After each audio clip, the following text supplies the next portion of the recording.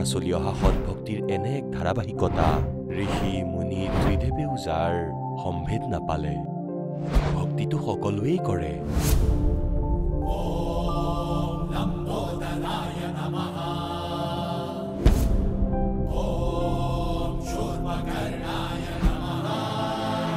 আৰু সকলো সময়তে এইটোৱেই ভাবে যে থাকিবলৈ এটা ভাল ঘৰ হওক ফুৰিবৰ কাৰণে ডাঙৰ ডাঙৰ পাৰ্ক থাকক খাবৰ বাবে সোৱাদযুক্ত খাদ্য থাকক আমাৰ কেতিয়াও বেমাৰ নহওক কেতিয়াও যেন দুখত নাথাকো আৰু কেতিয়াও যাতে নমৰো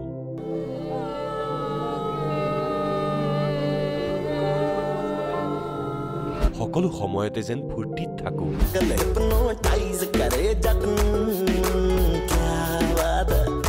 কিন্তু কি সম্ভৱ আমি সকলোৱে ইমান ভক্তি কৰো ব্ৰত ৰাখো শ্ৰাদ্ধ পাতো যাত্ৰা কৰো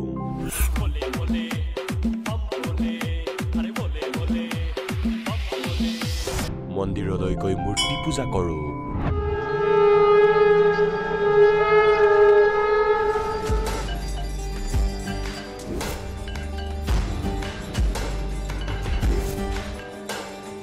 भानुकोटिभास्वरं भवाब्धितारकं परं नीलकण्ठमिप्सितार्थदायकं त्रिलोचनं कालकालमम्बुजाशमक्षशूलमक्षरं চাৰ্চলৈ গৈ প্ৰেয়াৰ কৰো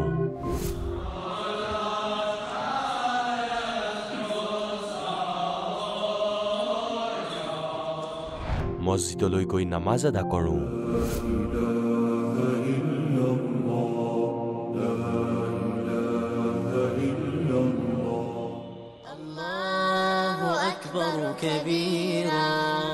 আৰু গুৰুদ্বাৰালৈ গৈ শিৰ দোৱাও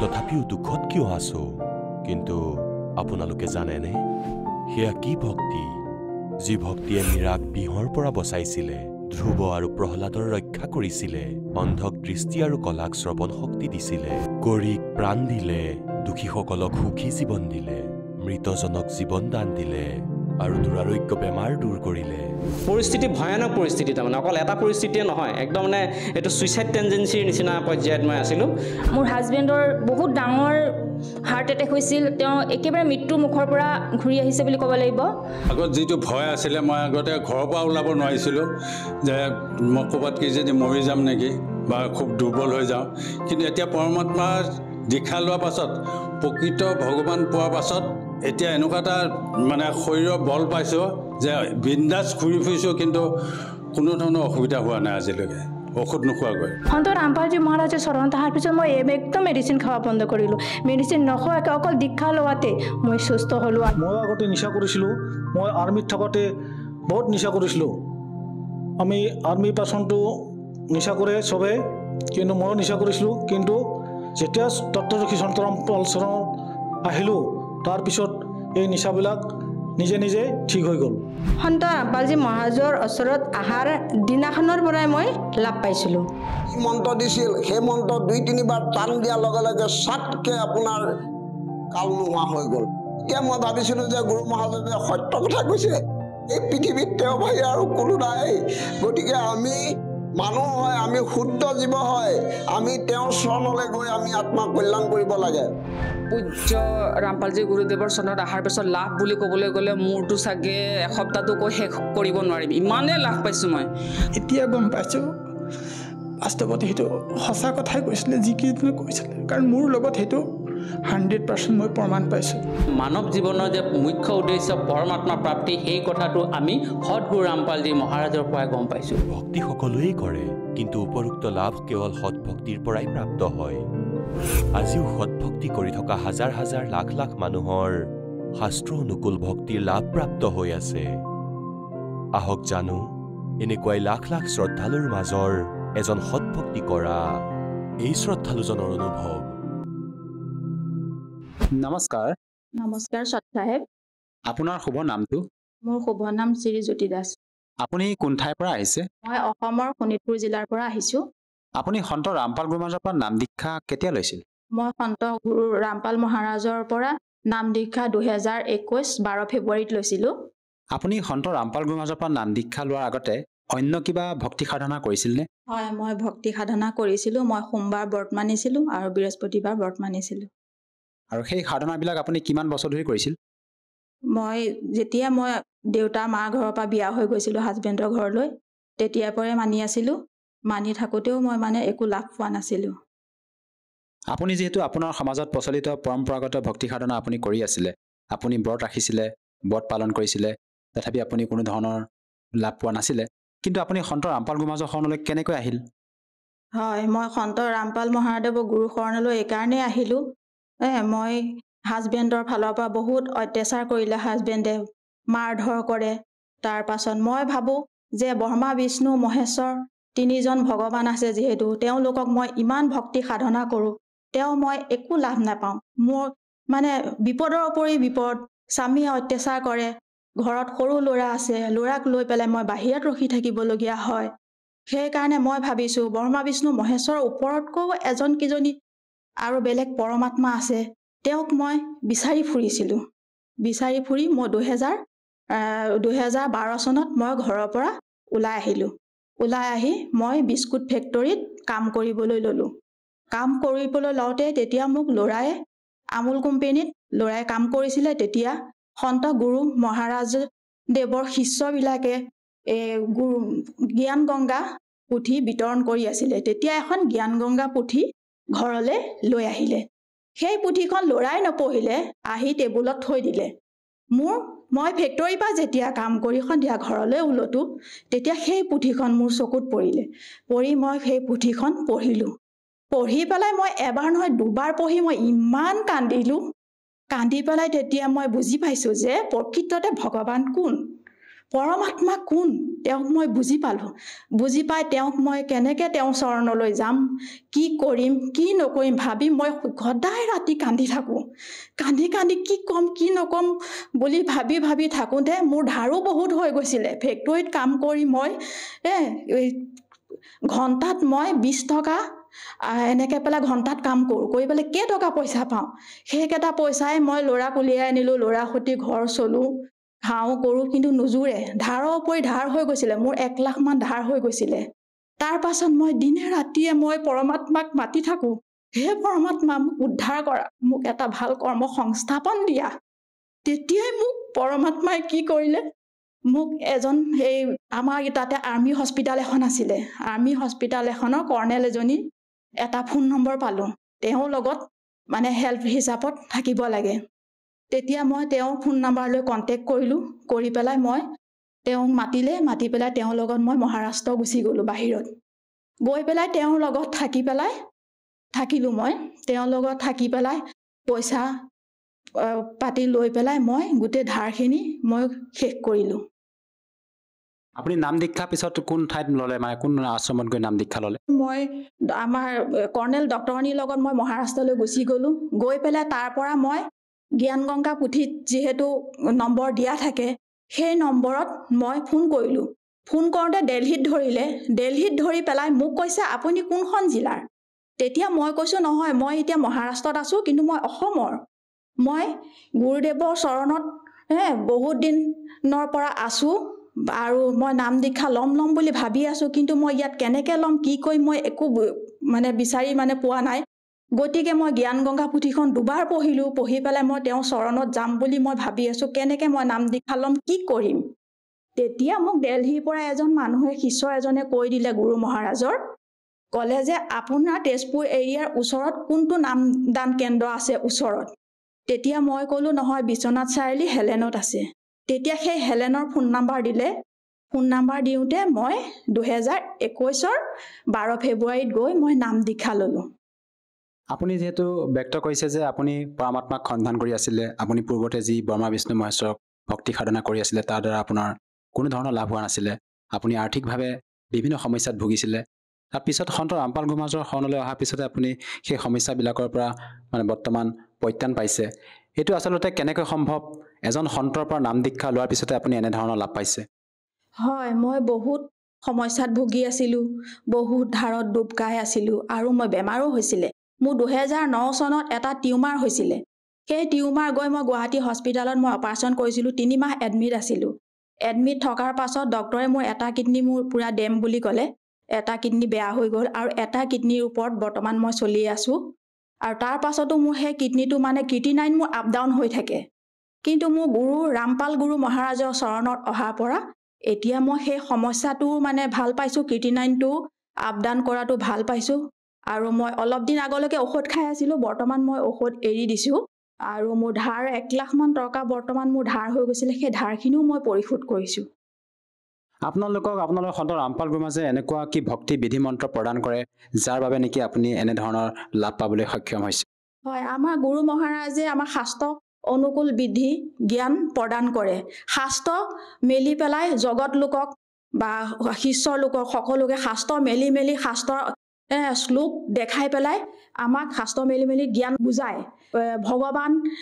ব্ৰহ্মা বিষ্ণু মহেশ্বৰ তেওঁলোকে কি লাভ দিব পাৰে পৰমাত্মাই কি লাভ দিব পাৰে ব্ৰহ্মা বিষ্ণু মহেশ্বৰ আছে তেওঁলোকৰ ওপৰতো যে আৰু আছে মই আগতে ভাবি থাকোঁ যে ভগৱানটো 3জন হ'ব নোৱাৰে ভগৱান এজনেই হ'ব মই এবাৰ চাই বাবাৰ চিৰিয়েল চাইছিলোঁ চিৰিয়েল চাই বাবাই কয় সবচে ওপৰ এক মালিকহে সেই কথাটো মোৰ যেতিয়া মনত আহে তেতিয়া মই মানে পৰমাত্মাক বিচাৰি আছিলোঁ যে পৰমাত্মা ক'ত আছে কেনেকুৱা হয় পৰমাত্মা এজনেই থাকে নহয় জগত লোকে কয় নহয় পৰমাত্মা নিৰাকাৰ কিন্তু পৰমাত্মা নিৰাকাৰ নহয় মই যেতিয়া জ্ঞান গংগা পুথি পঢ়ি বুজি পালোঁ যে ব্ৰহ্মা বিষ্ণু মহেশ্বৰ মাক দেউতাক আছে তেওঁলোকে ক'ৰ পৰা জন্ম হ'ল কি হ'ল এইখিনি গোটেইখিনি বুজি পালোঁ যিহেতু গতিকে মই শ্ৰী সন্ত ৰামপাল গুৰু মহাৰাজত চৰণত আহিলোঁ আপুনি সন্ত ৰামপাল গুৰুমাজৰ পৰা যিবিলাক লাভ পাইছে ইয়াৰ উপৰিও আৰু অন্য কিবা লাভ পাইছেনে আপুনি পাৰিবাৰিকভাৱেতো আমাৰ মানে ঘৰখনত বহুত কাজিয়া পেচালো হৈ আছিলে ল'ৰা বোৱাৰীৰ মাজত কাজিয়া পেচাল হৈ আছিলে সেইখিনিৰ পৰা মানে লাভ পাইছোঁ আৰু ল'ৰাকো মানে এতিয়া বৰ্তমান মই এখন টমটমো কিনি দিছোঁ চলাবৰ কাৰণে আৰু ময়ো এতিয়া চাইল্ড কেয়াৰতে কৰোঁ যিহেতু আপুনি সন্ত ৰামপাল গুৰুমাজৰ পৰা নাম দীক্ষা লোৱাৰ পিছতে বিভিন্ন প্ৰকাৰে লাভ পালে আপুনি এগৰাকী শিক্ষিত মহিলা হিচাপে মই আপোনাৰ পৰা আৰু এষাৰ কথা জানিব বিচাৰিছোঁ আপোনালোকৰ গুৰু সন্ত ৰামপাল গুৰুমাজৰ মুখ্য উদ্দেশ্য কি সন্ত গুৰু ৰামপাল মহাৰাজৰ মূল উদ্দেশ্য হ'ল এই মানে পৃথিৱীৰ পৰা যৌতুক প্ৰথা শেষ কৰি দিয়া আজিকালি যৌতুকৰ কাৰণে বহুত ল'ৰা ছোৱালীৰ মাজত কাজিয়া লাগে গিৰিয়েকে অত্যাচাৰ কৰে জুই লগাই দিয়ে নিচামুক্ত দেশ মানে প্ৰতিষ্ঠিত কৰা আৰু শাস্ত্ৰ অনুকূল বিধি ব্যৱহাৰ কৰি এই কালৰ লোকৰ পৰা যাতে আমি সত্য লোকলৈ যাব পাৰোঁ সেই জ্ঞান প্ৰদান কৰাই মেইন উদ্দেশ্য যিহেতু আপুনি সন্ত ৰামপাল গুৰুমাজৰ পৰা নাম দীক্ষা লোৱাৰ পিছতে বিভিন্ন প্ৰকাৰে লাভ পালে শাৰীৰিকভাৱে হওক বা আৰ্থিকভাৱে হওক যিসকল দৰ্শকে আজি আপোনাক টিভি স্ক্ৰীণত প্ৰত্যক্ষ কৰি আছে আপুনি তেওঁলোকক কি বাৰ্তা দিব বিচাৰে যাতে তেওঁলোকেও আপোনাৰ দৰে উপকৃত হ'ব পাৰে হয় ছাৰ মই সন্ত গুৰু মহাৰাজৰ চৰণত অহাৰ পৰা মই শাৰীৰিকভাৱে হ'লেও আৰ্থিকভাৱে হ'লেও মই বহুত উপকৃত হ'লোঁ আৰু জ্ঞান গংগা পুথিখন পঢ়ি পেলাই মই তাৰ থোৰেদি বহুত জ্ঞান অৰ্জন কৰিলোঁ কেনেকৈ এই কাল লোকৰ পৰা আমি সত্য লোকলৈ যাব পাৰোঁ সেইখিনিও বুজি পালোঁ গতিকে আপোনালোকেতো টিভি স্ক্ৰীণত যদি চাই আছে গতিকে আপোনালোকেও তেনেকৈ মোৰ দৰে যেনেকৈ মই উপকৃত হৈছোঁ আপোনালোকেও জ্ঞান গংগা পুথিখন পঢ়ি তেনেদৰে উপকৃত হ'ব পাৰে যিহেতু আপোনালোকৰ গুৰু সন্ত ৰামপাল গুৰু মহাৰাজ হাৰিয়ানা প্ৰান্তৰ নিবাসী হয় তেনে ক্ষেত্ৰত অসমৰ পৰা কোনো লোকে যদি নাম দীক্ষা ল'ব বিচাৰে সহজভাৱে কেনেকৈ ল'ব পাৰিব হয় ছাৰ সহজভাৱে এনেকৈয়ে ল'ব পাৰিব আজিকালিতো মোবাইলৰ যুগ ইউটিউবৰ যুগ ফেচবুকৰ ছ'চিয়েল মিডিয়াৰ যুগ এইখিনিত আমাৰ গুৰুদেৱৰ সন্ত গুৰুদেৱৰ ৰামপাল মহাৰাজক গুৰু মংগল প্ৰবচন বুলি আপোনালোকে চাৰ্চ কৰিব পাৰে তাত মংগল প্ৰবচন আহিব সৎসং আহিব সেই সৎসংগৰ তলত নাম্বাৰ আহিব সেই নাম্বাৰত আপোনালোকে ক্লিক কৰি যদি আপোনালোকে নাম দীক্ষা ল'ব বিচাৰে মোৰ দৰে কল্যাণ হ'ব বিচাৰে শাৰীৰিক হওক আৰ্থিক হওক এইবিলাক বেমাৰৰ পৰা দুখ দুৰ্গতিৰ পৰা যদি মুক্তি পাব বিচাৰে তেতিয়াহ'লে আপোনালোকৰ ওচৰত যোনটো নামদান কেন্দ্ৰ আছে তাত গৈ আপোনালোকে নামদান ল'ব পাৰিব ধন্যবাদ থাকিল হয় সৎ সাহেব ছাৰ এতিয়া জগতগুৰু তত্ত্বদৰ্শী সন্ত ৰামপাল গুৰু মহাৰাজৰ সৎসংগৰ মাধ্যমেৰে সেই অদ্বিতীয় আধ্যাত্মিক জ্ঞানৰ বিষয়ে জানি লওঁ যাৰ মাধ্যমেৰে আপোনালোকেও প্ৰাপ্ত কৰিব পাৰিব এনেকুৱা আধ্যাত্মিক মানসিক আৰু ভৌতিক সুখ যি এতিয়ালৈকে কেৱল আপোনালোকে মীৰাবাই ধ্ৰুৱ প্ৰহ্লাদ আদি কেইজনমান ভক্তৰ জীৱন কথাতহে শুনিছে। এতিয়া শুনক তত্ত্বদৰ্শী সন্তৰ সৈতে শাস্ত্ৰ অনুকূল ভক্তি সৎসংগ, এনেকুৱা অদ্বিতীয় আধ্যাত্মিক জ্ঞান যাৰ প্ৰমাণ আছে সকলো ধৰ্মৰ সকলো পবিত্ৰ শাস্ত্ৰত। পৰম পিতা পৰমাত্মা পূৰ্ণ ব্ৰহ্ম কবিৰ পৰমেশ্বৰজীৰ অসীম কৃপাৰে আজি আমি সকলোৱে এই সৎসংগ শুনিবলৈ পাইছোঁ।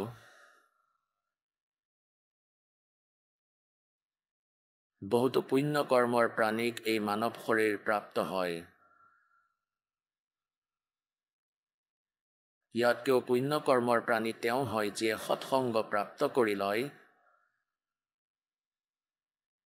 পুণ্যাত্মাসকল, আপোনালোকো সেই বিশেষ পুণ্যাত্মাসকলৰ মাজৰে হয়। পৰমাত্মাৰ আপুনি এজন বিশেষ প্ৰিয় আত্মা, যিয়ে সৎসংগ শুনি আছে। সৎসংগলৈ আহিলে আমাৰ জ্ঞান হয় যে আমাৰ জন্ম হ'ল কিয়। আমাৰ জন্ম হয় যদি মৃত্যু কিয় হৈ আছে। আমি গোটেই জীৱন যিবোৰ বস্তু যোগাৰ কৰিবৰ কাৰণে লগাই দিওঁ, কোনোৱে ঘৰ বনাইছে, কোনোৱে গাড়ী কিনিছে, কোনোৱে মটৰ চাইকেল কিনিছে আৰু অন্য বহুতো সামগ্ৰী আমি যোগাৰ কৰোঁ আৰু আমি সোনকালেই মৰি যাওঁ, মৃত্যু হৈ যায়। আমি গোটেই জীৱন এইটোৱেই ভাবি থাকোঁ যে এই ঘৰটো মোৰ, এই পৰিয়ালটো মোৰ, এই পুত্ৰজন মোৰ হয়, এই ছোৱালীজনী মোৰ হয়, এই গাড়ীখন মোৰ হয়, এই কোঠালিটো মোৰ হয়। মৃত্যুৰ অলপ পিছতেই এই শৰীৰৰ অন্তিম সংস্কাৰ কৰি দিয়া হয় আৰু জীৱৰ ঠিকনা নাই, কলৈ গুচি যায়। তেন্তে এয়া আমাৰ কেতিয়া আছিল? এয়া আমাৰ কেনেকৈ হ'ল?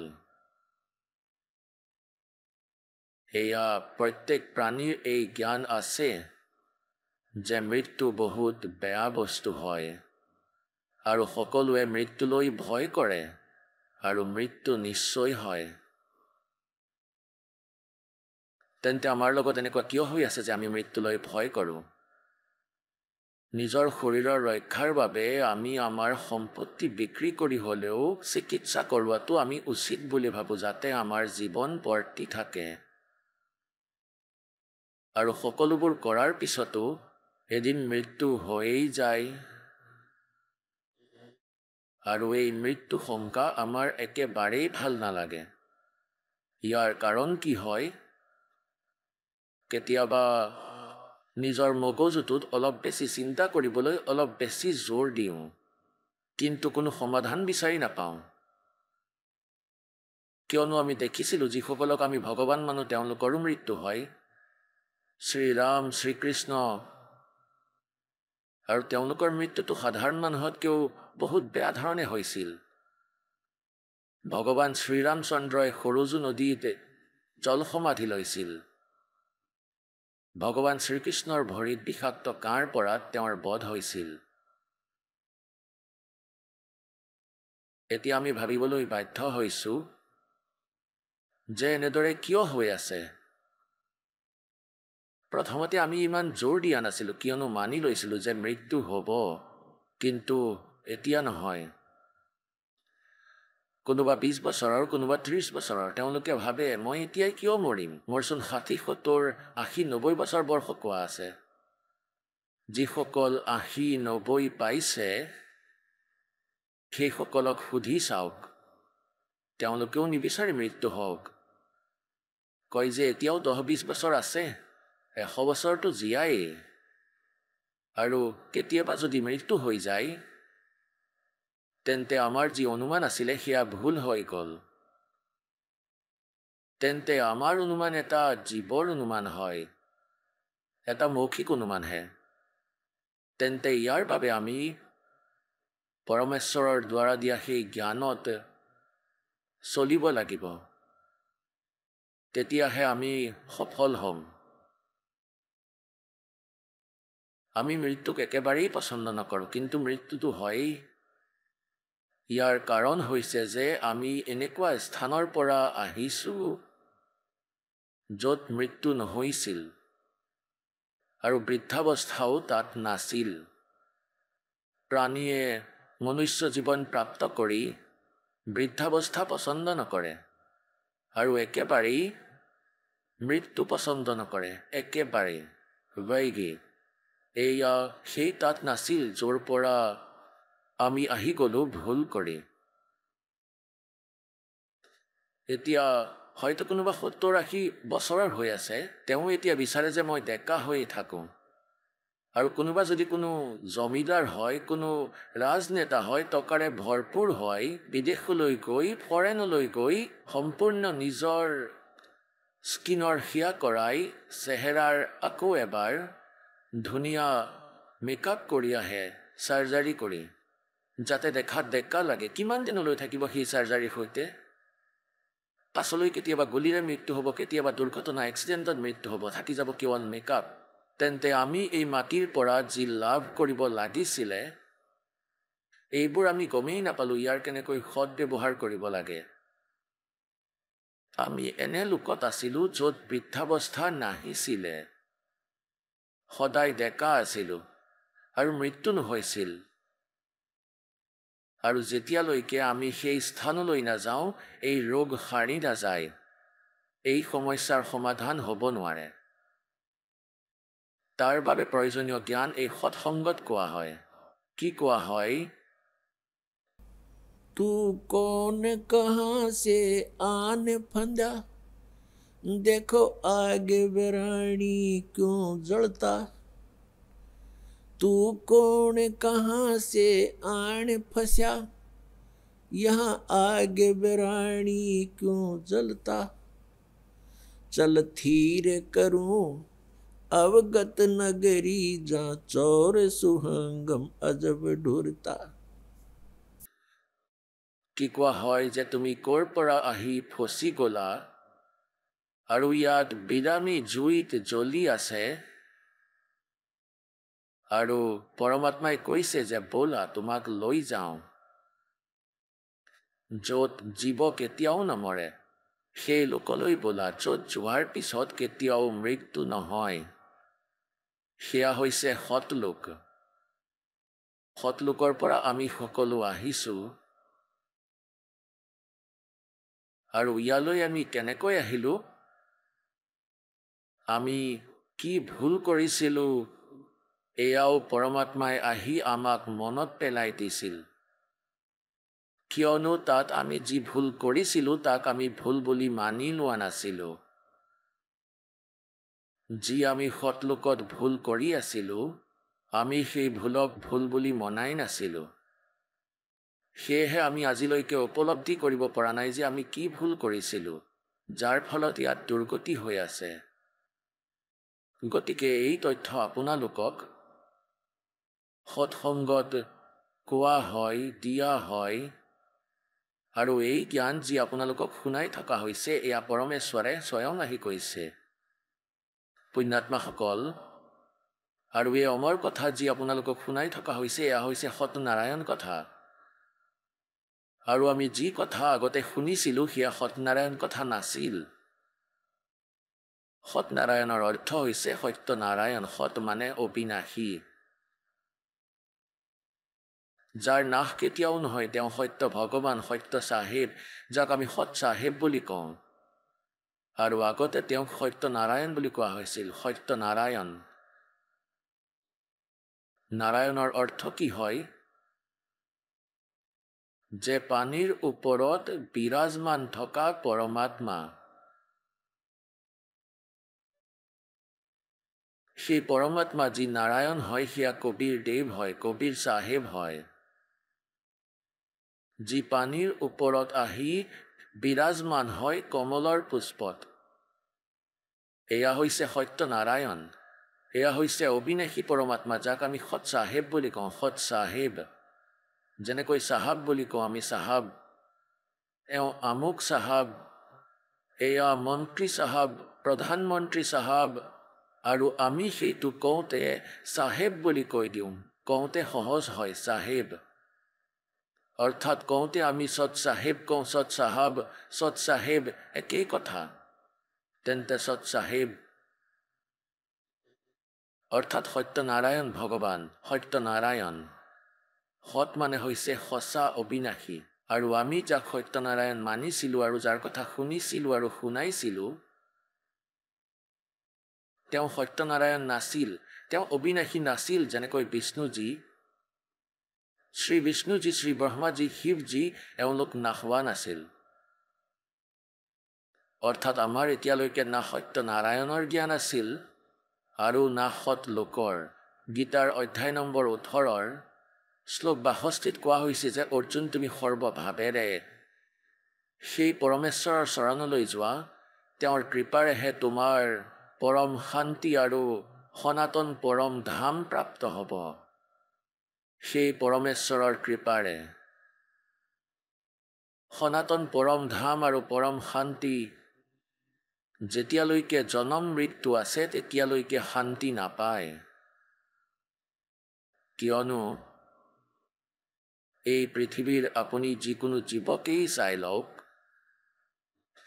কাৰোৰেই শান্তি নাই আমি ৰজাসকলক এই বুলি ভাবিছিলোঁ যে তেওঁলোক বহুত সুখী তেওঁলোকৰ দৰে দুখী মানুহ এই পৃথিৱীত নাই এই সত্যটো মানি লওক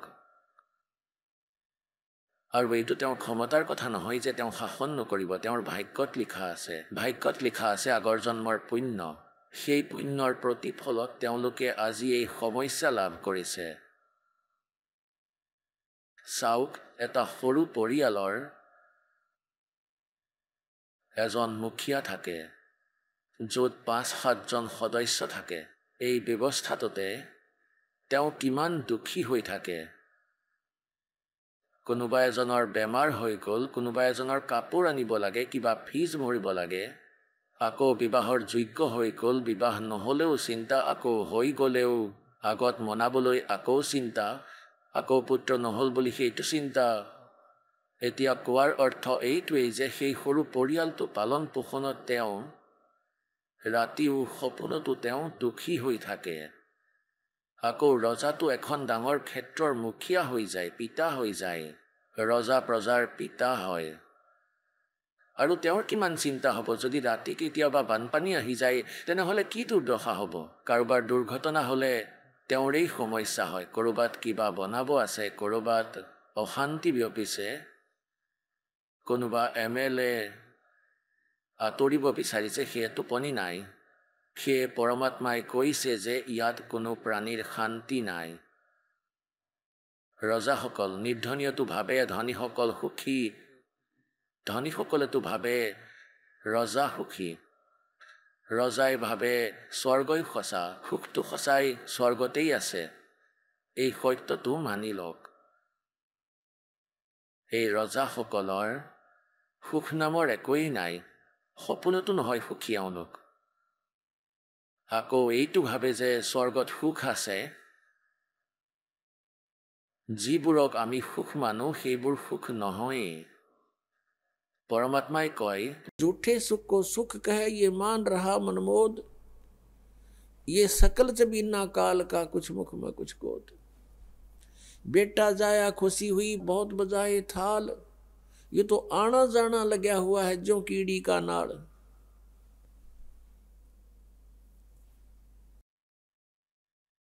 এতিয়া ৰজাই ভাবে যে স্বৰ্গত সুখ হ'ব এতিয়া স্বৰ্গৰ দেৱতা তেওঁলোকৰ যি দুৰ্গতি ইতিহাস পঢ়ি চোৱা তেওঁলোকৰ পুৰাণৰ কেতিয়াবা অসুৰ আৰু দেৱতাৰ যুদ্ধ হৈ গ'ল সুৰ অসুৰৰ ৰাক্ষসৰ কেতিয়াবা দেৱতা হাৰে আৰু কেতিয়াবা অসুৰ হাৰে ইন্দ্ৰ যি স্বৰ্গৰ ৰজা হয় তেওঁ সিংহাসন এৰি পলাই গুচি গ'ল আৰু অসুৰে অধিকাৰ কৰিলে সিংহাসন তেওঁ ক'ৰবাত জংঘলত ভোকে পিয়াহে ঘূৰি ফুৰিছিল আৰু ইন্দ্ৰই ভাবে যে ব্ৰহ্মা বিষ্ণু মহেশ্বৰ সুখী হয় এওঁলোক হৈছে তিনি লোকৰ এজন এজন বিভাগীয় মন্ত্ৰী এতিয়া এই ব্ৰহ্মা বিষ্ণু মহেশ্বৰ কিমান সুখী শ্ৰী বিষ্ণুজীৰ অৱতাৰ শ্ৰীকৃষ্ণজী শ্ৰী ৰামচন্দ্ৰজী। শ্ৰী ৰামচন্দ্ৰৰ ৰূপত যেতিয়া ৰজা দশৰথৰ ঘৰত শ্ৰী বিষ্ণুজীৰ জন্ম হৈছিল, ডেকা হ'ল। ডেকা হোৱাৰ পিছত বিবাহ হ'ল। বিবাহ হোৱাৰ পিছত বনবাস হ'ল। বনবাসতেই সীতাৰ হৰণ হ'ল, অৰ্থাৎ তেওঁৰ পত্নীৰ। ৰাৱণে হৰণ কৰিলে আৰু পিছত ৰাৱণৰ সৈতে যুদ্ধ হ'ল। পুণ্যাত্মাসকল, কোটি কোটি মানুহৰ মৃত্যু হ'ল তাত। তাৰ পাছত সীতাক উভতাই আনিলে। উভতি অহাত বহুত আনন্দ উদযাপন হ'ল। নগৰত বহুতো ঘিৰ চাকি জ্বলালে সীতা উভতি অহাৰ কাৰণে, ৰাম উভতি অহাৰ কাৰণে, ৰামে সীতাক উভতাই অনাৰ কাৰণে। আৰু কিছুদিনৰ পিছতেই সীতাজীক ৰামচন্দ্ৰই নিজেই নিষ্কাশন কৰি দিলে। কি কথাত যে এজন ধোবীয়ে ব্যংগ কৰি কৈছিল, সীতাৰ নিজৰ ঘৈণীয়েকক ধমকি দি কৈছিল ৰাতিৰ সময়ত। কিবা কথাত কাজিয়া পেচাল লগাৰ কাৰণে সেই ধোবীৰ পত্নীজনী ঘৰৰ পৰা ওলাই গৈছিল কোনো আত্মীয়ৰ ঘৰলৈ। পাছত সি উভতাই আনিলে আৰু ধমকি দিলে যে মই তোমাক ঘৰত নাৰাখোঁ। 3 দিন ক'ত আছিলা? মই দশৰথৰ পুত্ৰৰ নিচিনা নহয়, যি তাত 12 বছৰ ৰাৱণৰ লগত আছিল, আকৌ তাইক ঘৰলৈ লৈ আনিলে। এইফালে আকৌ ৰামচন্দ্ৰজী ৰজা আছিল অযোধ্যাৰ। প্ৰথমতে ৰজাসকলে প্ৰজাৰ সুখ দুখ নিজে গৈ বুজিছিল। ৰাতিৰ সময়ত ছদ্মবেশত ঘূৰিছিলে। তেতিয়া তাত দেখা পালে যে এটা ঘৰত কথোপকথন হৈ আছে আৰু তেতিয়া তেওঁ তাতে লৈ শুনিলে। তেতিয়া তেওঁ শুনা পালে যে মই ৰজা দশৰথৰ পুত্ৰ ৰামচন্দ্ৰৰ দৰে নহয়, যিয়ে ৰাৱণৰ লগত তেওঁৰ পত্নী থাকিলে আৰু তেওঁক ঘৰত ৰাখিছে, গতিকে ৰাতিপুৱাই ওলাই যাবি ইয়াৰ পৰা। এই কথা শুনিয়েই শ্ৰীৰামচন্দ্ৰই সীতাক নিষ্কাশন কৰি দিলে, উলিয়াই দিলে ঘৰৰ পৰা, যে নগৰৰ লোকে মোৰ ওপৰত ব্যংগ কৰি আছে আৰু মই এই কথা শুনিব নোৱাৰোঁ। পুণ্যাত্মাসকল, যেতিয়া সীতাজীক ৰামচন্দ্ৰদেৱে লৈ আহিছিলে ৰাৱণক বধ কৰি ৰাজ্য বিভীষণক দি, তেতিয়া ৰামচন্দ্ৰদেৱে কৈছিলে যে মই তোমাৰ পৰীক্ষা ল'ম আৰু যদি পৰীক্ষাত সফল হোৱা তেতিয়াহে মই লগত লৈ যাম, নহ'লে লৈ নাযাওঁ। মই তোমাক অগ্নিত জ্বলাম। যদি তুমি অগ্নিত জ্বলি যোৱা তেতিয়াহ'লে মানি ল'ম তুমি কলংকিত হয়। তুমি ৰাৱণৰ প্ৰতি সমৰ্পিত হৈছিলা আৰু অগ্নিত যদি তুমি নজ্বলিলা তেতিয়া তোমাক নিষ্কলংক বুলি জানিম আৰু তোমাক লৈ যাম। এনেকুৱাই কৰিলে তেওঁ। সীতাক অগ্নিত বহাই দিলে আৰু হাজাৰৰ সংখ্যাত দৰ্শক আছিলে। সীতাজী নজ্বলিলে আৰু সকলোৱে ক'লে যে ভগৱন্ত এওঁ নিষ্কলংক, মাতা নিষ্কলংক, আৰু ইমান কঠোৰ পৰীক্ষালৈহে তেওঁক আকৌ ঘৰলৈ উভতাই আনিছিলে। আৰু এজন ব্যক্তিয়ে কোৱাতেই শ্ৰীৰামচন্দ্ৰই তেওঁক উলিয়াই দিলে, নিজৰ পত্নীক। তেতিয়া ক'ত গ'ল তেওঁৰ নিজৰ জাজমেণ্ট? তেওঁলোকতো ৰজাৰ যোগ্যই নাছিল আৰু আমি তেওঁলোকক ভগৱান মানি আছোঁ। এজনী গৰ্ভৱতী মহিলাক নিজৰ ঘৰৰ পৰা উলিয়াই দিয়ে, ক'ত মৰা ক'ত যোৱা এইটো কথা হ'ল। তেন্তে পৰীক্ষা লোৱাৰ কি প্ৰয়োজন আছিল? কিয় ইমান মানুহক মৰোৱালে? এৰি দিব লাগিছিল, ৰাৱণৰ লগতে থাকিলে হয়। পুণ্যাত্মাসকল, ইয়াৰ ৰজা হৈছে কাল ভগৱান। এয়া বিচৰা নাছিলে যে ইয়াৰ প্ৰাণীয়ে পৰমাত্মাৰ বিষয়ে জ্ঞাত হওক, যি কাৰণত তেওঁলোকে ভগৱান সিদ্ধ কৰাই ৰাখিছিলে নকল দূতৰ মাধ্যমেৰে। আৰু পিছত কি হয়, শেষলৈ শ্ৰীৰামচন্দ্ৰজীয়ে অশ্বমেধ যজ্ঞৰ ঘোঁৰা এৰি দিলে। সমগ্ৰ পৃথিৱীতে শাসন প্ৰাপ্ত কৰিবলৈ, যে এই ঘোঁৰাক যিয়ে ধৰিব তেওঁ যুদ্ধ কৰিব মোৰ লগত। সেই ঘোঁৰা তেওঁৰেই পুত্ৰ দুয়োৱে, যি সীতাজীয়ে বহিষ্কৃত হোৱাৰ পিছত জন্ম দিছিলে। ঋষি বাল্মীকিৰ কুটিৰত এজন পুত্ৰ গৰ্ভত আছিল আৰু দ্বিতীয়জন বাল্মীকিজীৰ মিছআণ্ডাৰষ্টেণ্ডিঙৰ ফলত ঘাঁহৰ পৰা, কুফৰ পৰা এক প্ৰকাৰৰ ঘাঁহেৰে ইয়াৰে এজন পুত্ৰ বনাইছিল। এইটো বেলেগ কাহিনী হয়, পিছত কম। তেওঁলোক লৱ আৰু কুশ নামেৰে প্ৰসিদ্ধ হয়। লৱ সীতাৰ গৰ্ভৰ পৰা জন্ম হৈছিল আৰু কুশ বাল্মীকিয়ে নিজৰ ভক্তি শক্তিৰে তেওঁক বনাইছিল। লৱ আৰু কুশ ডেকা আছিল আৰু তেওঁলোকে শ্ৰীৰামচন্দ্ৰদেৱৰ ঘোঁৰাটো ধৰিছিল। পিছত যেতিয়া পিতা পুত্ৰৰ মাজত যুদ্ধ হ'ল, তেতিয়া তেওঁলোক দুয়োৱে ৰামৰ থকা সৰকা কৰি দিলে আৰু সীতা তেতিয়াও ৰামৰ হাতলৈ নাহিল আৰু পৃথিৱীৰ গৰ্ভলৈ সোমাই গ'ল। আৰু শ্ৰীৰামচন্দ্ৰজীয়ে আহি সুৰুজু নদীৰ পাৰত, যি অযোধ্যাৰ ওচৰেৰে বৈ গৈছিল, সেই সুৰুজু নদীত তাতেই জল সমাধি ল'লে এই দুখত। এতিয়া শ্ৰীকৃষ্ণজীৰ ইতিহাস চাই লওক। শ্ৰী বিষ্ণুজীৰ অৱতাৰ শ্ৰীকৃষ্ণজী, শ্ৰীৰামজী, শ্ৰীৰামচন্দ্ৰজীৰ জীৱনৰ ভোগ ভোগী সেই প্ৰাণীয়ে শ্ৰীকৃষ্ণৰ ৰূপত আকৌ জন্ম হ'ল। গোটেই জীৱন দুখী থাকিলে, গোটেই জীৱন জেলত জন্ম হ'ল, মাতা পিতা বন্দীগৃহত, কেতিয়াবা মামা শত্ৰু হৈ গ'ল, কেতিয়াবা পুতনাই মাৰিবলৈ গৈছে, কেতিয়াবা চানুৰ শত্ৰু হৈ গ'ল, কেতিয়াবা জৰাসন্ধা লাগিবলৈ আহিছে, কেতিয়াবা শিশুপালৰ লগত যুদ্ধ হৈছে, মতভেদ হৈ আছে, আৰু কেতিয়াবা কালযৱন আহিছিলে। এই দুখতে শ্ৰীকৃষ্ণই মথুৰা ত্যাগ কৰি দিছিলে আৰু এনেকুৱা স্থানত থাকিব ধৰিলে য'ত কোনো কেতিয়াও যাবই নোৱাৰে। বুদ্ধিমান ব্যক্তিয়ে এইটোৱেই ভাবে যে ৰাজ্যতকৈ বাণী ভাল, কাজিয়াতকৈ আত্মৰক্ষা ভাল। শ্ৰীকৃষ্ণজীয়ে তেওঁলোককো মাৰিব পাৰিলে হয়, কিয়নো তেওঁ ত্ৰিলোকৰ নতুন বিভাগীয় মন্ত্ৰী হয়। বিশেষ শক্তি থাকে প্ৰাণীত, তেওঁৰ ভিতৰত শক্তি আছিল। কিন্তু এয়াই ভাবিছিলে যে কাক কাক নুমাৰিম, ইয়াততো সকলোৰে বুদ্ধি ভ্ৰষ্টই। তেতিয়া শ্ৰীকৃষ্ণজীয়ে দ্বাৰকা বনালে।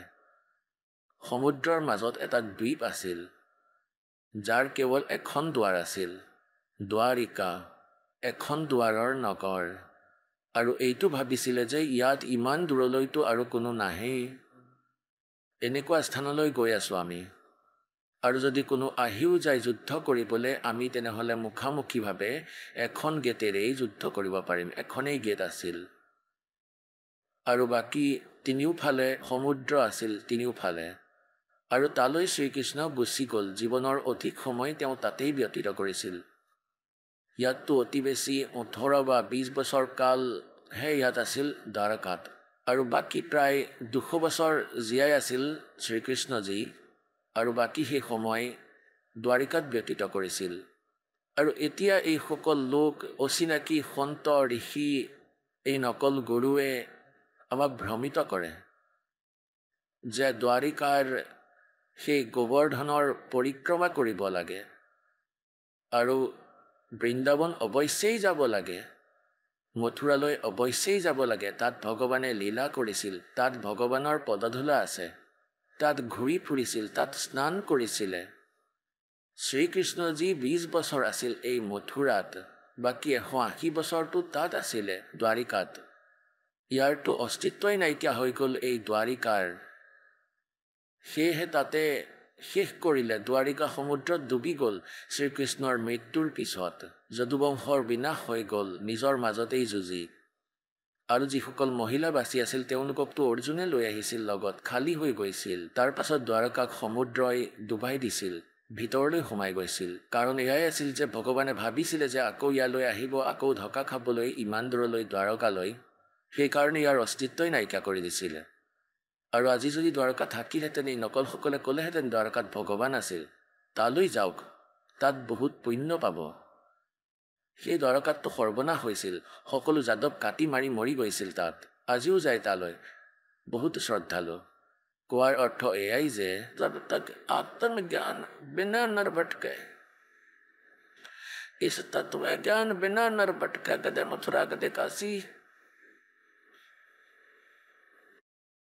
পিছত শ্ৰীকৃষ্ণজীৰ পিছত কেনেকৈ অন্ত হ'ল? শ্ৰীকৃষ্ণৰ সন্মুখতে গোটেই যদুবংশ নিজৰ মাজতেই যুঁজি মৰি গ'ল। তেওঁৰ নাতি পুতি আত্মীয়সকল নিজৰ মাজতেই কাটি মৰি গ'ল। এই সকলোবোৰ চাই, এই সকলোবোৰ অনৰ্থবোৰ দেখি শ্ৰীকৃষ্ণদেৱৰ মৃত্যু হয়।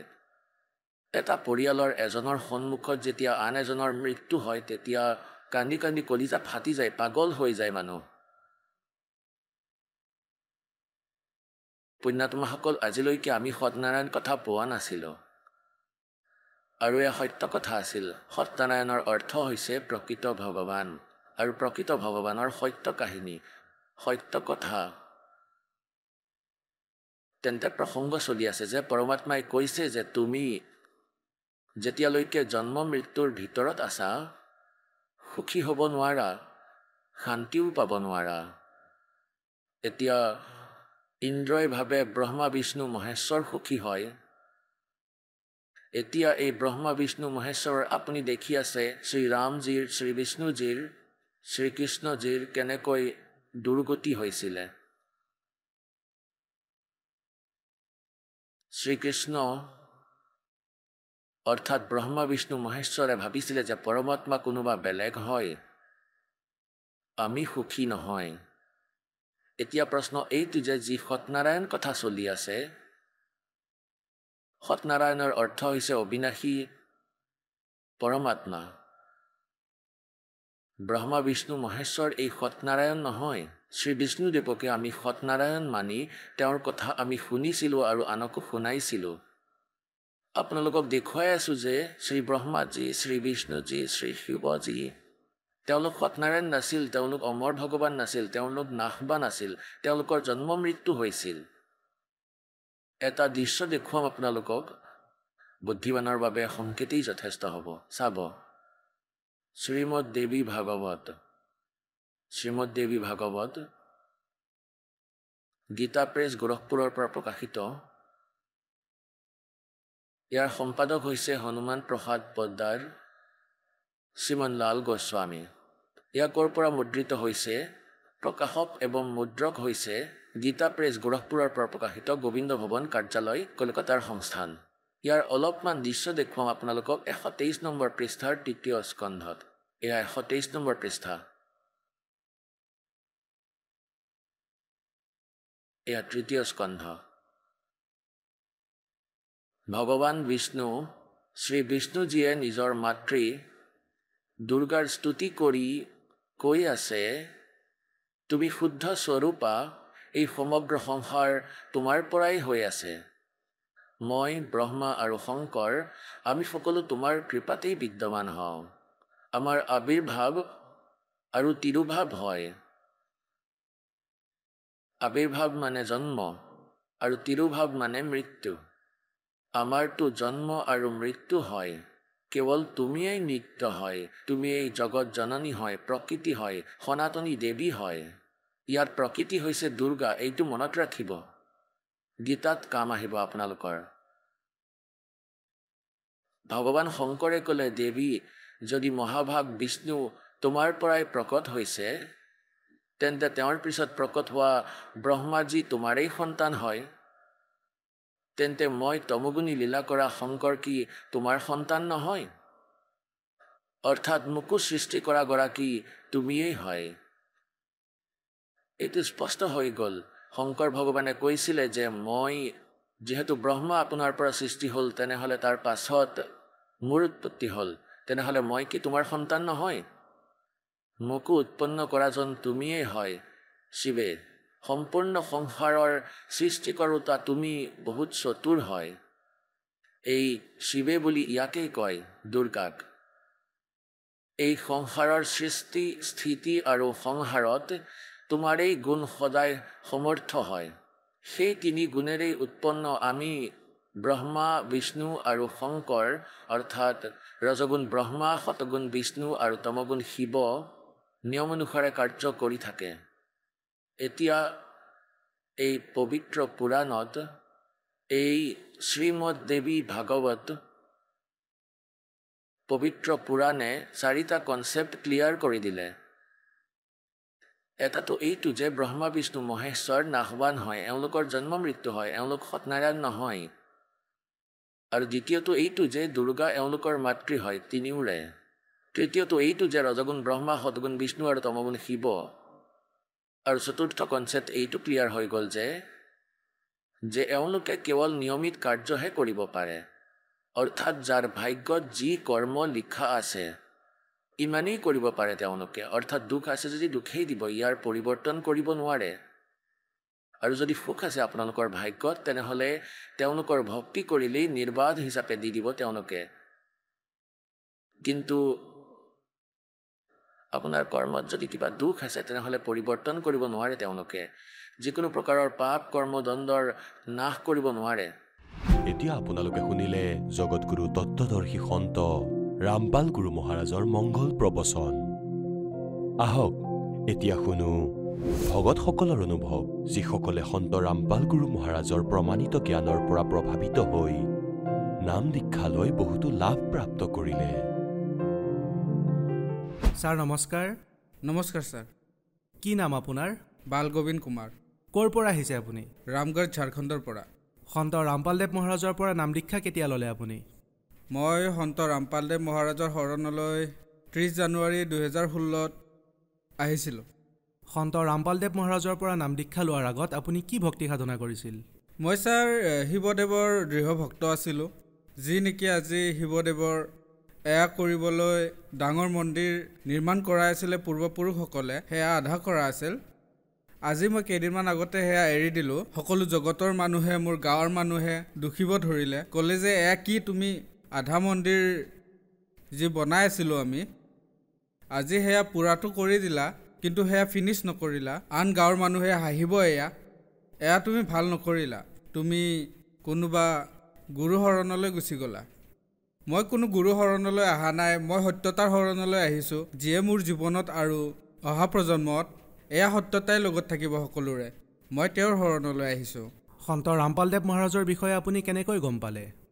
মোৰ বৰদেউতাৰ ল'ৰা ভগতদেৱ তেওঁ প্ৰথমে শৰণলৈ গৈছিলে। তাৰপিছত তেওঁ মোক 2 বছৰৰ পৰা কৈ আছিলে যে ভাইটি কৰি লোৱা ভক্তি, পৰমাত্মা আহিছে, এতিয়া যদি নকৰা নাজানো কেতিয়া তুমি মৰা, তেতিয়া জীৱন ব্যৰ্থ হৈ যাব। তোমাৰ জন্ম মৃত্যুৰ যি ৰোগ সেয়া লাগিয়ে থাকিব আৰু তুমি ইয়াতেই থাকি যাবা। কৈছিলোঁ লৈ ল'ম এনেদৰে মানাই কৰি থাকিলোঁ।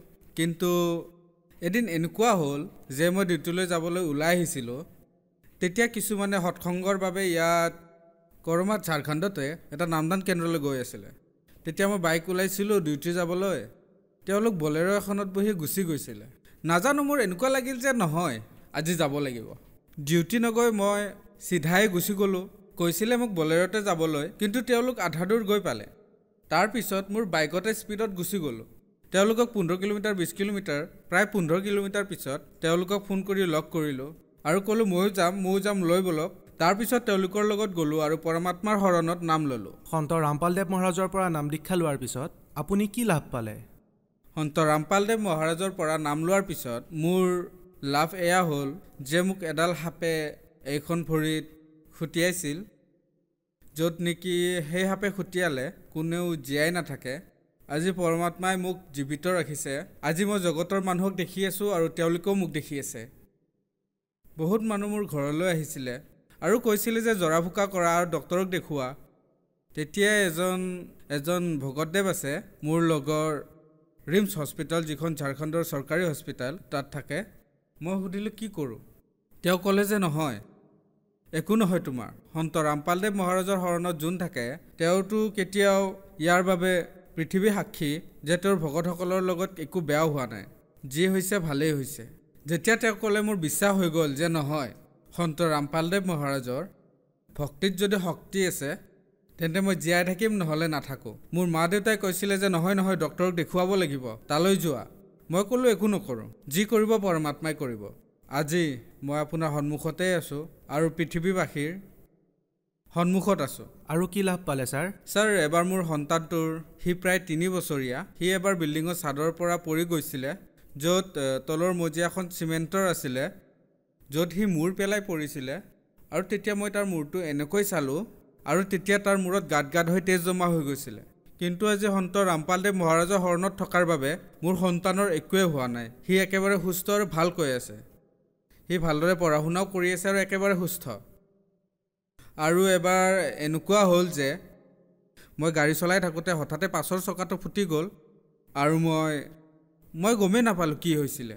এডাল পোল আছিলে, মই ভাবিলোঁ গাড়ীৰ ইঞ্জিনটো গৈ পোলতেই খুন্দা খাব। কিন্তু এনেকুৱা হ'ল যে চিধা চিধি পোলৰ ফালে গৈ আছিলোঁ আৰু মাত্ৰ 10 খোজ আছিল আৰু গতিবেগ 60। কিন্তু গাড়ীখন উঠি গুচি গ'ল বাওঁফালে আৰু গাড়ীখন এনেকুৱা হৈ যায়, না গাড়ীখনৰ কিবা ক্ষতি হয় না কাৰোবাৰ কিবা ক্ষতি হয়। গাড়ীখন আগৰ দৰেই থাকে। আজি ময়ো সুৰক্ষিত হৈ আছোঁ আৰু 5জন ভকত মোৰ গাড়ীত আছিলে। গাড়ীখনত প্ৰায় 3 টনৰ লোড আছিলে। সেইবোৰো ঠিকে আছে, সকলোবোৰ ঠিকে আছে, ময়ো ঠিকে আছোঁ। গাড়ীখনৰো একো নহ'ল, মোৰো একো নহ'ল। সন্ত ৰামপালদেৱ মহাৰাজৰ শৰণলৈ গ'লে জগতেই জানে আৰু সকলো ভক্তই এই কথা কৈছেও, পৰমাত্মাৰ ভক্তিতেই এই শক্তি আছে যিয়ে এইবোৰ কৰিব পাৰে, অন্যথা আনে নোৱাৰে। আৰু ছাৰ, মোৰ ঘৰত প্ৰেত বাধা থাকে। এবাৰতো এনেকুৱা হ'ল যে এজন ওজা মোৰ ঘৰলৈ অনা হৈছিলে আৰু এনে কথাতেই কৈ দিছিলে যে ছাগলী কাটিব লাগিব। সেইটোৱে লৈ আমাক চান্দা বিচাৰি আছিলে যে মোৰ দেউতাৰ ভায়েকসকলে। তেতিয়া আমি কৈছিলোঁ যে চান্দা নিদিওঁ, আমি এইবোৰ পূজা নকৰোঁ। তেতিয়া মোৰ দেউতাক কাটিবলৈ আগবাঢ়ি আহিল, কৈছিলে যে হয়তো আজি ছাগলী কাটিম, নহ'লে তোমাক। তুমি কিয় নিদিবা? ইয়াত 3টা ভাগ আছে, এটা ভাগ তুমি দিব লাগিব। মোৰ দেউতাই মানা কৰি দিলে। তেতিয়া ময়ো মানা কৰি দিলোঁ যে নিদিওঁ। তেতিয়া ক'লে যে হয়তো আজি ছাগলী কাটিম, নহ'লে তোমাক কাটিম। কিন্তু ইমানখিনি বিশ্বাস আছে যে মালিকৰ দয়াত আজি জীয়াই আছোঁ। এয়া লাভ পালোঁ। ছাৰ, আপুনি যে কৈ আছিলে আপোনালোকৰ ঘৰৰ ভিতৰত যি প্ৰেত বাধাৰ সমস্যা আছিল, সেয়া ঠিক হ'লনে? একেবাৰেই ঠিক হ'ল। আজি মোৰ ঘৰত কোনো প্ৰেত বাধা নাই। সন্ত ৰামপালদেৱ মহাৰাজৰ যি এই জ্ঞান পালোঁ, আজি সেই আধাৰতে আমি ভক্তি কৰি আছোঁ আৰু সদায় আৰু যেতিয়ালৈকে প্ৰাণ থাকিব এই শৰীৰত, সন্ত ৰামপালদেৱে দিয়া সেই জ্ঞান আৰু সেই ভক্তিক আমি কৰিম আৰু পূৰ্ণ মুক্তি প্ৰাপ্ত কৰিম। সেয়া মোৰ লক্ষ্য আৰু গুৰুদেৱৰ এই জ্ঞানে আমাক মুক্তি দিব। ছাৰ, সন্ত ৰামপালদেৱ মহাৰাজৰ পৰা নাম দীক্ষা লোৱাৰ আগতে আপুনি কিবা নিচা কৰিছিলনে? হয় ছাৰ, মই কৰিছিলোঁ আৰু নিচাৰ লগে লগে মই মাংসও খাইছিলোঁ। আজি আগতে যেনেকৈ চিগাৰেট খাইছিলোঁ, কিন্তু আজি যেতিয়া কোনোবাই চিগাৰেট খায় মই তাৰ ওচৰলৈ গ'লে বমি হৈ যায়। মোৰ সেই দোকানখনলৈ যাবলৈ মন নোযোৱা হৈ যায়। যদিও বিস্কুট আনিবলৈও থাকে, তাত কোনোবাই চিগাৰেট খাই থাকিলে ধোঁৱা ওলালে মই আঁতৰি যাওঁ, তাৰ পৰা বিস্কুটো নলওঁ। চেষ্টা কৰোঁ তাৰ পৰা যদি নল'ব পাৰোঁ ভাল। আৰু ইমান মাংস খাইছিলোঁ যে বজাৰে বজাৰে ঘূৰি ফুৰি যিয়ে মাংস বেচে তেওঁলোকে সেয়া বিচাৰি বিচাৰি আনি খাইছিলোঁ। আজি এনেকুৱা লাগে মই বহুত ভুল কাম কৰিছিলোঁ, যেন মোতকৈ বেছি তুচ্ছ আৰু কোনো নাই। গতিকে সেইবাবে মই বিচাৰোঁ পৰমাত্মা সন্ত ৰামপালদেৱ মহাৰাজৰ যি ভক্তি, এই ভক্তিত এয়া আছে, না নিজে কষ্টত থাকিবা না আন কাৰোবাক কষ্ট দিব পাৰিবা।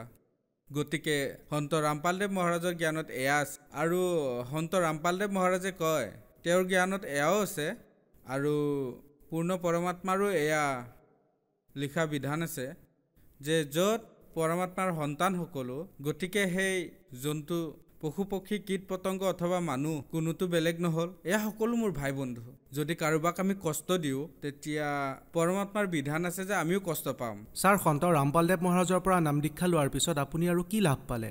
আৰু ছাৰ, মই লাভ পালোঁ যে আধ্যাত্মিক জ্ঞান যি মই পালোঁ আজি সেয়া আটাইতকৈ বেলেগ। আৰু মই এই কথা সকলোতে কওঁ যে এই জ্ঞান সৰ্বোচ্চ হয়। মই মোৰ সকলো যিসকল সম্বন্ধীয় আৰু যি বন্ধু আছে তেওঁলোকক কওঁ যে ব'লা, সন্ত ৰামপালদেৱ মহাৰাজে এনেকুৱা জ্ঞান কৈ আছে যি জগতে জানিব লাগে আৰু ক'বলগীয়া। গতিকে তেওঁৰ ভক্তি কৰা আৰু নিজেও যোৱা পূৰ্ণ পৰমাত্মাৰ শৰণলৈ আৰু সমগ্ৰ পৰিয়ালক, সম্পৰ্কীয়সকলক কোৱা যে ভক্তিবিধি শাস্ত্ৰ অনুকূল এয়াহে আৰু এয়াই কৰিব লাগে। ছাৰ, আপোনালোকে ঝাৰখণ্ডত থাকে আৰু সন্ত ৰামপালদেৱ মহাৰাজৰ সৈতে জড়িতও। গতিকে আপুনি নাভাবেনে আন সন্তৰ পৰাও আপুনি নাম দীক্ষা ল'ব পাৰিলে হয়, ইমান দূৰৰ পৰা আহি সন্ত ৰামপালদেৱ মহাৰাজৰ সৈতে জড়িত হোৱাতকৈ?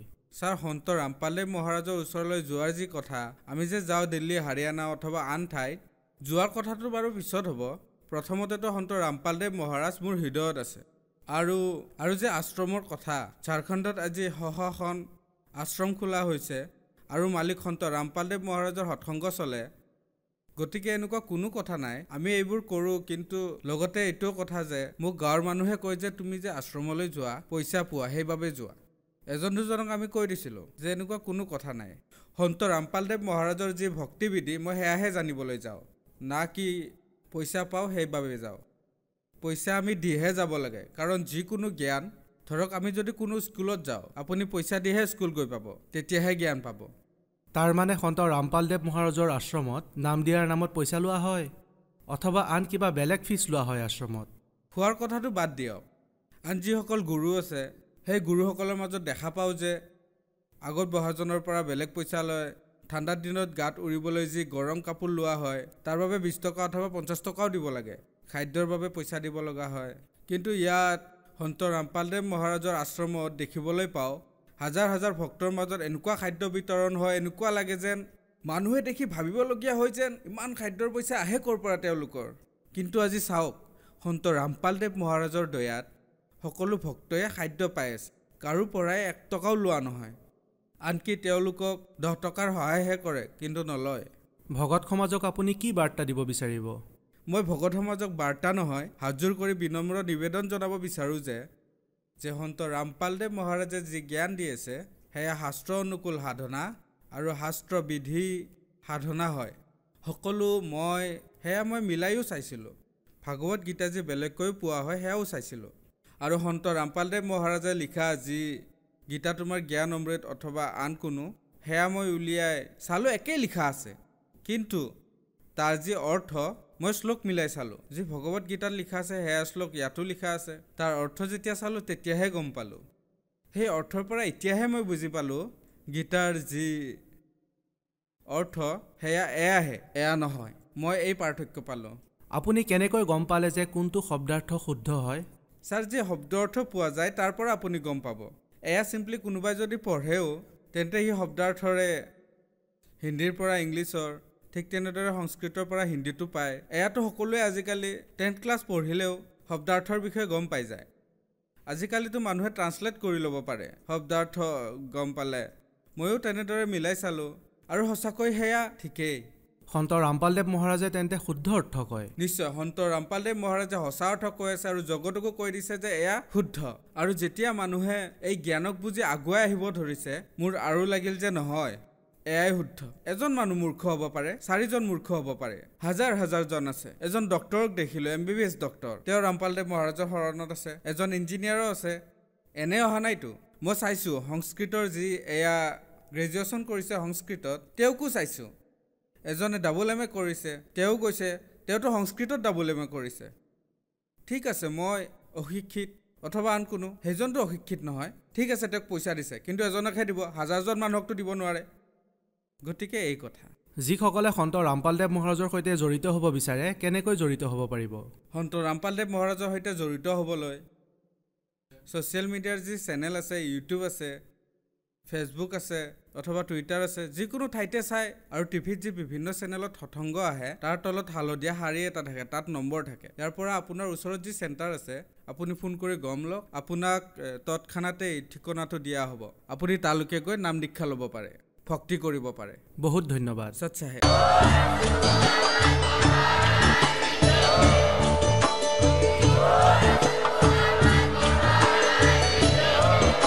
আপুনি শুনি আছিলে জগতগুৰু তত্ত্বদৰ্শী সন্ত ৰামপাল গুৰু মহাৰাজৰ মংগল প্ৰবচন। অধিক জানিবৰ বাবে ভিজিট কৰক www.jagatgururampalji.org। সন্ত ৰামপাল গুৰু মহাৰাজৰ শুভ আশীৰ্বাদত সমগ্ৰ বিশ্বতে 500তকৈ অধিক নাম দীক্ষা কেন্দ্ৰ আছে, য'ত সন্ত ৰামপাল গুৰু মহাৰাজৰ দ্বাৰা বিনামূলীয়াকৈ নাম দীক্ষা দি থকা হৈছে। আপোনাৰ ওচৰৰ নাম দীক্ষা কেন্দ্ৰৰ ঠিকনা জানিবলৈ সম্পৰ্ক কৰক 7082208528।